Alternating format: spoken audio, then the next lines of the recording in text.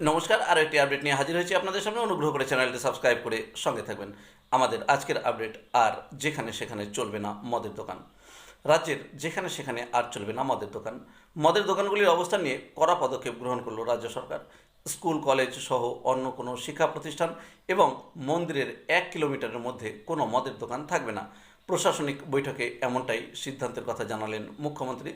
School, college সংলগ্ন যেসব দোকানগুলি রয়েছে সেগুলো নিয়ে এখনও অবশ্য কোনো সিদ্ধান্তের কথা জানানো হয়নি। তবে নতুন করে যেসব মদের দোকান হবে, স্কুল, কলেজ থেকে নির্দিষ্ট দূরত্ব না হলে তাদের লাইসেন্স দেওয়া হবে না বলে পরিষ্কার জানিয়ে দিয়েছেন মুখ্যমন্ত্রী। উল্লেখ করা যায়, যেখানে সেখানে মদের দোকান নিয়ে নানা জায়গায় স্থানীয় মানুষজনের বিক্ষোভ ছিল।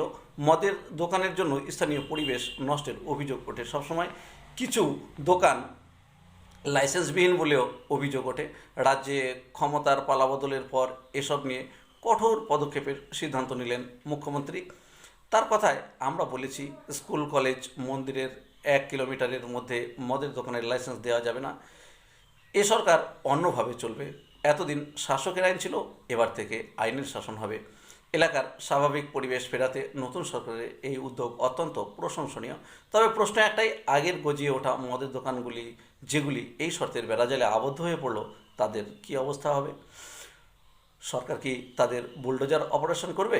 এ প্রশ্নের উত্তর এখনও জিজ্ঞাসা চিহ্নের মধ্যে থেকে গেছে।